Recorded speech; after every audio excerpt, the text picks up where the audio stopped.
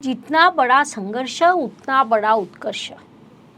How wonderful it is that nobody need wait a single moment before starting to improve the world. अर्थात हर कोई विश्व को सुधारने के पीछे लगा है। महत्वपूर्ण बात है कि विश्व को सुधारते समय एक क्षण भी रुकने की मानसिकता नहीं होती। लेकिन यदि आपको विकसित होना हो तो बदलाव बाह्य विश्व में नहीं बल्कि स्वयं में करना चाहिए। आप में बदलाव हो तो बाह्य विश्व अपने आप बदलता है। इस बात को कन्या जातकों ने इस महीने में मुख्य रूप से ध्यान में लेना चाहिए। नमस्कार, मैं एस्ट्रो गुरुमा डॉक्टर ज्योति जोशी आप सभी ज्योतिष प्रेमियों का हार्दिक स्वागत करती हूँ। हम मई 2023 महीने के राशि भविष्य को समझ रहे हैं। उसमें आज हम कन्या राशि के जातकों के लिए यह महीना कैसा रहेगा, इस पर विस्तार से वार्तालाप करेंगे। विभिन्न दृष्टिकोण से इस महीने के ग्रह स्थिति को हम शास्त्रोक्त विश्लेषण करने वाले हैं। साथ ही वीडियो के अंत में मैं आपको इस महीने करने वाले विशेष उपाय बताने वाली हूँ, इसीलिए वीडियो अंत तक देखें।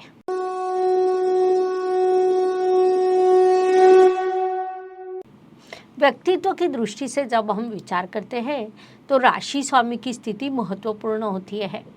कन्या राशि के स्वामी बुधदेव है। उनकी यात्रा इस महीने आपके अष्टम स्थान से शुरू है। विशेष बात है कि 15 मई तक वे वक्री अवस्था में रहेंगे, उसके बाद मार्गी होंगे। जैसा आपको पता है कि कुंडली के अष्टम स्थान से बाधाएं, समस्या एवं संघर्ष देखा जाता है। अर्थात इस महीने आपको बाधाओं का सामना करते हुए उन्नति की ओर जाना है, क्योंकि कुंडली का अष्टम स्थान अप्रत्याशित धन लाभ भी देता है। वहाँ कई ग्रह उपस्थित है, उसमें आपके राशि स्वामी भी है। राहु जैसा विघटन कारक ग्रह भी है, रवि जैसा उग्र ग्रह भी है। वैवाहिक जीवन में विवाद निर्माण होना जैसे प्रश्न भी वहाँ उपस्थित हो सकते हैं, क्योंकि अष्टम स्थान में सभी ग्रह पर शनि देव की दृष्टि रहेगी। संक्षेप में कन्या जातकों को बड़े संकटों की श्रृंखला से आगे बढ़ते हुए यात्रा करनी है।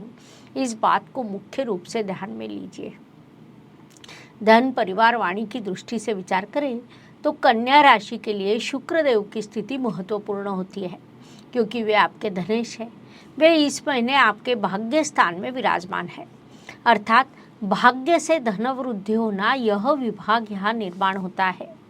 आपको धन लाभ होगा, परिवार में किसी शुभ कार्यक्रम का आयोजन होगा, आपकी वाणी अधिक प्रगल्भ होगी। संक्षेप में इन सभी दृष्टियों से यह काल आपके लिए लाभकारी रहेगा। पराक्रम एवं परिश्रम की दृष्टि से विचार करें तो कन्या राशि के लिए मंगल देव की स्थिति महत्वपूर्ण होती है, क्योंकि वे आपके परिश्रमेश है। वे आपके कर्म स्थान में विराजमान है। परिश्रम और कर्म, इन्हें हम एक ही सिक्के के दो पहलू कह सकते हैं। इन दोनों दृष्टियों से विचार करें तो इस काल में आप बड़ा परिश्रम करने वाले हो, पराक्रम करने वाले हो। आपके परिश्रम की दिशा भी उचित रहेगी। संक्षेप में परिश्रम की दृष्टि से यह महीना आपके लिए महत्वपूर्ण रहेगा, सदुपयोग कीजिए।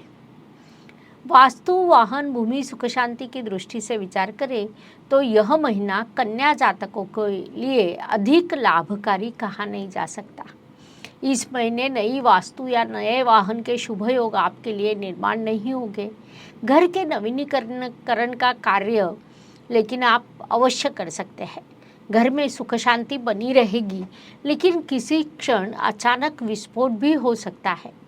माता जी के स्वास्थ्य का विशेष ध्यान रखना आपके लिए आवश्यक रहेगा, इस बात को ध्यान में रखिए। सर्व ज्योतिष प्रेमी आणि अभ्यासकांसाठी एक परिपूर्ण ज्योतिष बनण्याची सुवर्ण संधी चालून आली आहे। ज्योतिष महासंमेलन दिनांक 11 आणि 12 जून 2023 रोजी पुण्यातल्या पावनभूमीत हॉटेल प्रेसिडेंट, प्रभात रोड इथे हे महाअधिवेशन होत आहे। या अधिवेशनात सहभागी होण्यासाठी आपल्याला आधी नाव नोंदणी करावी लागेल।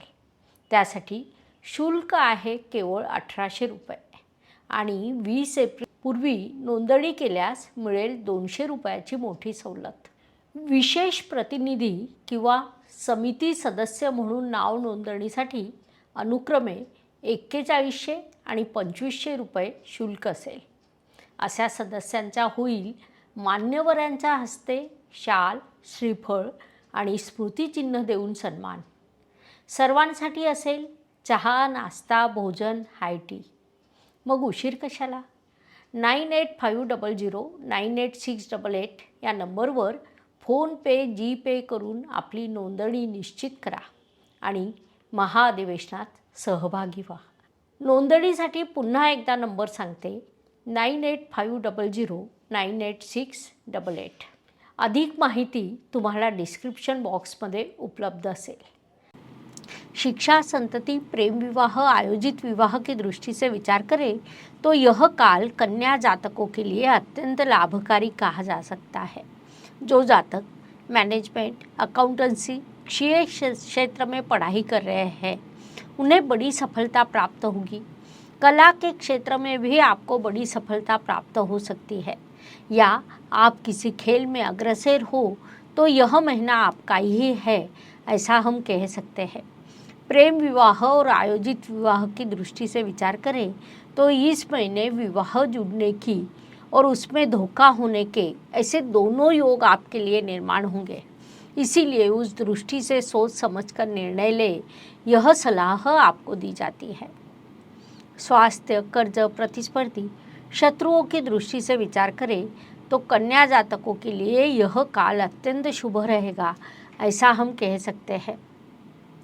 मनुष्य को सामान्य बीमारियां लागू रहती है, उन्हें छोड़ दिया जाए तो अधिक प्रश्न आपके लिए निर्माण नहीं होंगे. प्रतियोगिता में आप सफलता प्राप्त करने वाले हैं. शत्रु स्वयं पीछे हट जाएंगे. कोर्ट कचहरी में किसी केस पर आपका कामकाज शुरू हो और आपका पक्ष उचित हो तो उसमें सफलता प्राप्त करने की संभावना बढ़ेगी. संक्षेप में इन सभी दृष्टियों से यह काल आपके लिए लाभकारी रहेगा, उसका पूरा उपयोग करना चाहिए.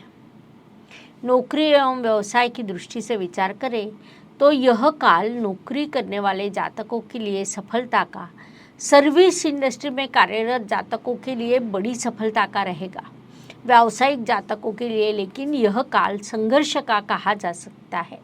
इसीलिए व्यावसायिक जातकों को सावधान रहने की सलाह दी जाती है.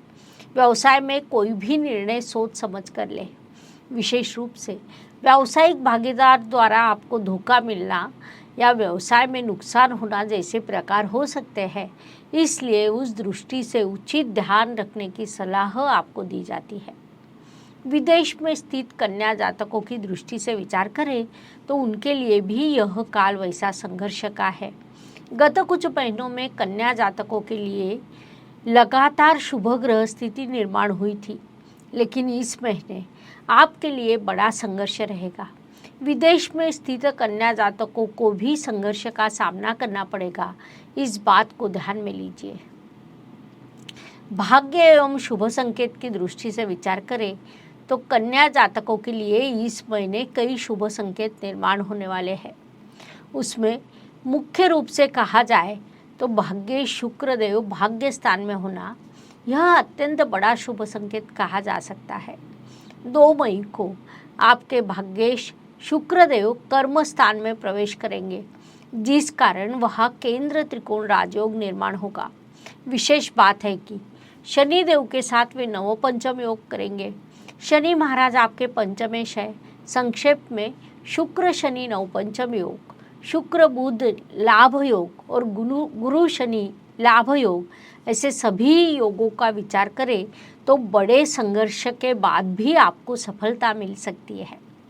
कर्म की दृष्टि से विचार करें तो हम सदैव कहते हैं कि भाग्य एवं कर्म के समन्वय से लाभ होता है.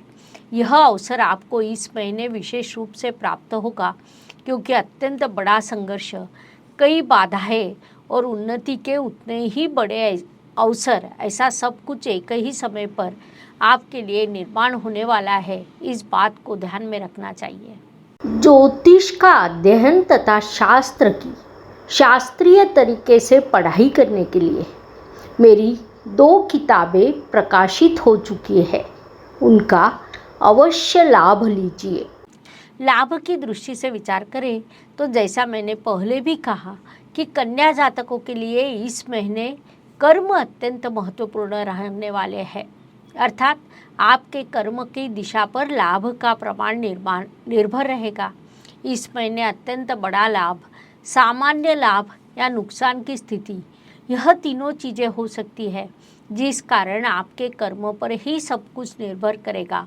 इसीलिए अपना संपूर्ण ध्यान कर्म पर केंद्रित करने की सलाह आपको दी जाती है। व्यय, खर्च, यात्रा की दृष्टि से विचार करें तो इस महीने का प्रथम पखवाड़ा अचानक अप्रत्याशित खर्च का, नुकसान का हो सकता है। दूसरा पखवाड़ा उस तुलना में कम धनानी या कम बाधाओं का रहेगा, लेकिन आपके लिए बाधाएं अवश्य निर्माण होगी, इसलिए मानसिकता पहले से ही बना लीजिए। जीवन सुख दुख और उतार चढ़ाव से भरा होता है। कोई भी व्यक्ति संपूर्ण सुखी या संपूर्ण दुखी नहीं हो सकता। उस अनुसार हर दिन सभी के लिए समान हो नहीं सकते। महीने के कुछ दिन सुख, समाधान, सफलता लेकर आते हैं, तो कुछ दिन संघर्ष, कठिनाइयाँ और तनाव से भरे होते हैं।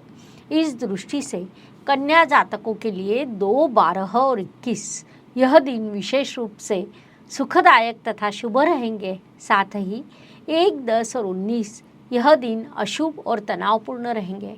इन दिनों में आप कठिनाइयाँ, बाधाओं और समस्याओं का अनुभव करेंगे, तो मानसिकता पहले से ही बना ले, आगे बढ़े। उपायों की दृष्टि से विचार करें तो ज्योतिष में अत्यंत छोटे छोटे लेकिन बड़ा परिणाम करने वाले उपायों को बताया गया है। अशुभ चीज़ों की अशुभता कम करने का, शुभ चीज़ों की शुभता वृद्धिंगत करने का उनमें सामर्थ्य होता है। उस अनुसार उपाय का विचार करें तो मई महीने में सूर्यदेव मेष राशि में उच्च अवस्था को प्राप्त होते हैं, जिस कारण वातावरण उष्ण होता है। सूर्यदेव राजा है, अन्य ग्रहों को वे मार्गदर्शन करते हैं। परिणाम स्वरूप इस काल में सूर्यदेव का बड़ा महत्व होता है। इसीलिए मई महीने में हर रोज सुबह सूर्य को अर्घ्य देना चाहिए। साथ ही राशि के अनुसार मैं आपको कुछ मंत्र देने वाली हूँ। उस मंत्र का आप हर रोज 5 बार जाप करें। उस अनुसार कन्या राशि के लिए ओम नमो प्रीम पीताम्बराय नमः यह मंत्र सूचित किया जाता है। इन उपायों के आपको अत्यंत शुभ परिणाम प्राप्त होंगे। इस प्रकार मेष से लेकर मीन तक हर राशि के लिए मई 2000 कैसा रहेगा, यह समझाने के लिए हमने 12 वीडियो आपके इस चैनल पर अपलोड किए हैं।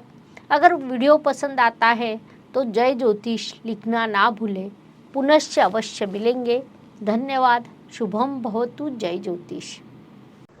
Please like, share and subscribe the channel. और हाँ, बेल आइकॉन दबाना ना भूलें। धन्यवाद।